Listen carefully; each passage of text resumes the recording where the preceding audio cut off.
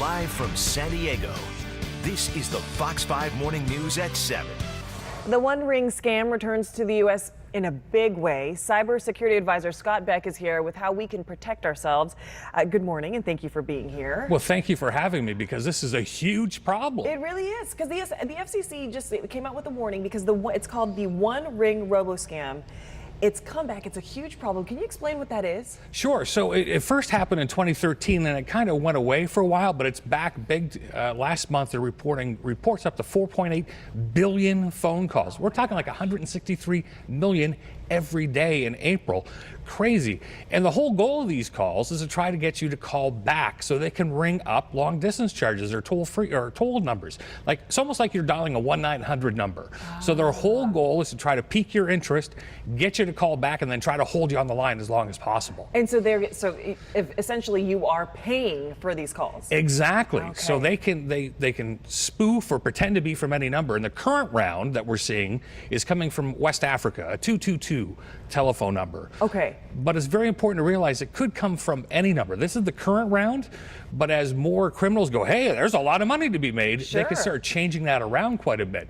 And if you actually happen to call a number back, and on your phone it shows a little plus sign, that indicates an international call. Yes. Hang up right away. Okay. So okay. a little trick. So these One Ring, the One Ring Robo scam call, it'll ring once, and it's trying to prompt you to call them back.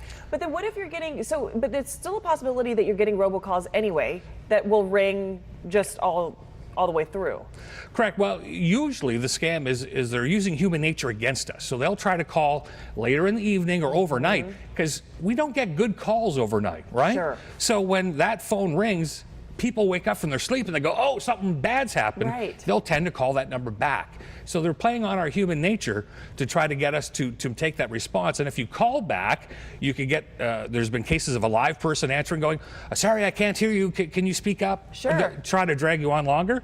Or one of the favorites has been, hey, someone is sending you a love song. After we play the song, we'll tell you who it is. And they'll hold you for 4, 5, 6 minutes listening to a song, racking up that phone bill. Right. Okay. I want to ask you how we protect ourselves, but real quick, you did mention the word spoofing, and this really caught my attention. I have hair in my face, excuse me. But I don't have that problem. Well, here's the thing. I was just telling one of our producers, I was sitting across from her. Her number on my phone is calling me, but she's not anywhere near her phone.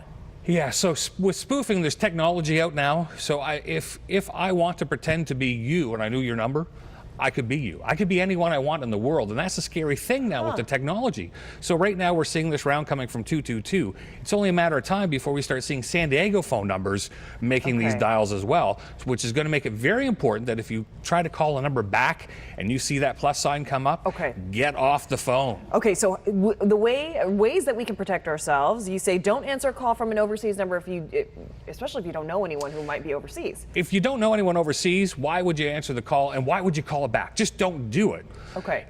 If you happen to call that number back, or you get tricked into calling the number and you happen to see that plus sign, I've said it a couple of times, make sure to hang up right away. If you don't make overseas phone calls, consider talking to your phone company. Block international calls on your phone so you don't accidentally fall for it. Okay, so block outbound international calls. Okay. And some carriers will actually have services that will try to block these robo calls. Yes. And even if your carrier doesn't have it, there are third-party apps that are available in the App Store from Apple or for Google that you can put on your phone to try to block these. There's a bunch of different ones: Truecaller, Haya, Robo Killer. There's a bunch of them in these stores. So you can put these on your phones to try to help protect yourself. Okay. If you do happen to fall for one of these scams, you can launch a complaint with the FCC, fcc.gov/complaints. All right. And you should also be checking your phone bill, which is something that we don't do, and right? Most people never think to check this, and it's one of the simplest tools that you have available to look at and go, hey, wait a minute, where did that $89 phone call come from? Gosh. And you can launch a complaint with your phone company and with the FCC in regards to that. But we got to stay on our toes. That's the big thing. We got to be careful and watch. Oh my goodness. There's a lot. Yes, they're after us. They are after us, and it's kind of frightening, but at least we have ways that we can protect ourselves. So, Scott, thank you so much. It's a lot to take in. It is, and thanks for having me. We appreciate it. Thank you so much.